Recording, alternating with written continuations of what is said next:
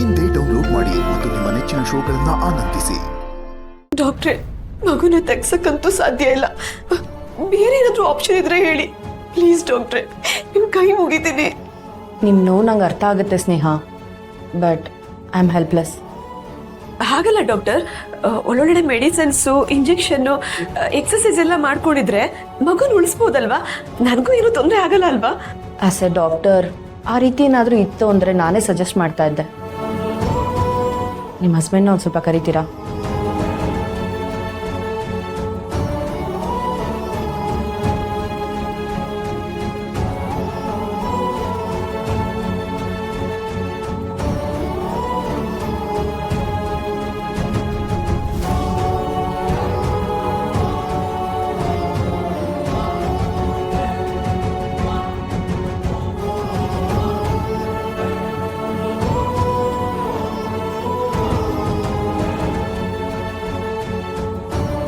ರೀ, ಡಾಕ್ಟರ್ ಕರಿತಾ ಇದ್ದಾರೆ.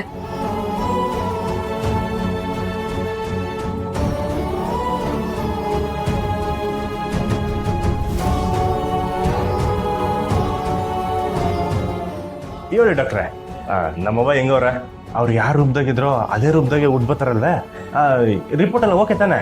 ಹಂಗೆ ಇವ್ರು ಏನು ತಿನ್ಬೇಕು, ಯಾವ ಜ್ಯೂಸ್ ಕುಡಿಬೇಕು, ಯಾವ ತರಕಾರಿ ತಗೋಬೇಕು ಎಲ್ಲ ಬರ್ದ್ಕೊಟ್ಬಿಡಿ.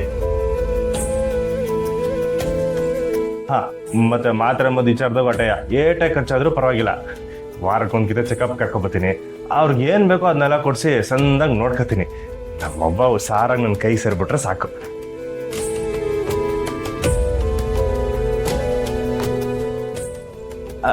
ಯಾಕೆ ಡಾಕ್ಟ್ರೆ, ನೀವೇನೋ ಮಾತಾಡ್ತಾ ಇಲ್ಲ? ನಾನೇ ಎಲ್ಲ ಮಾತಾಡ್ತಿದ್ದೀನಲ್ವೇ? ಸರಿ ಹೇಳಿ, ನಮ್ಮವ್ರು ಹೆಂಗವ್ರೆ, ನಮ್ಮೊಬ್ಬ ಹೆಂಗವ್ರೆ, ಎಲ್ಲ ಓಕೆ ತಾನೆ?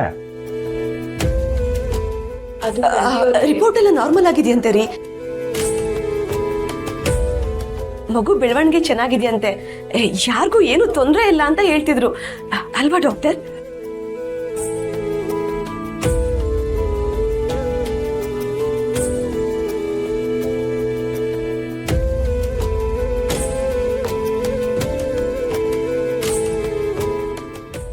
ನನ್ನ ಬಂಗಾರ ಅಂದ್ರೆ ಸುಮ್ಕೆನಾ?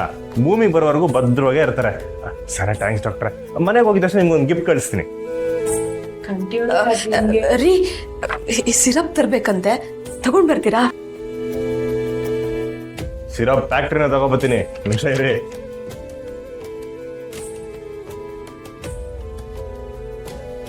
ಸ್ನೇಹ, what is this?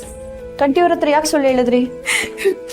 Please doctor, ನನ್ಗೆ ಈ ಮಗು ಬೇಕೇ ಬೇಕು. ಏನು ಹೇಳ್ತಿದ್ದೀರಾ? ಮಗು ಬೇಕು ಅಂದರೆ ನಿಮ್ಮನ್ನು ನೀವು ಕಳ್ಕೋಬೇಕಾಗತ್ತೆ.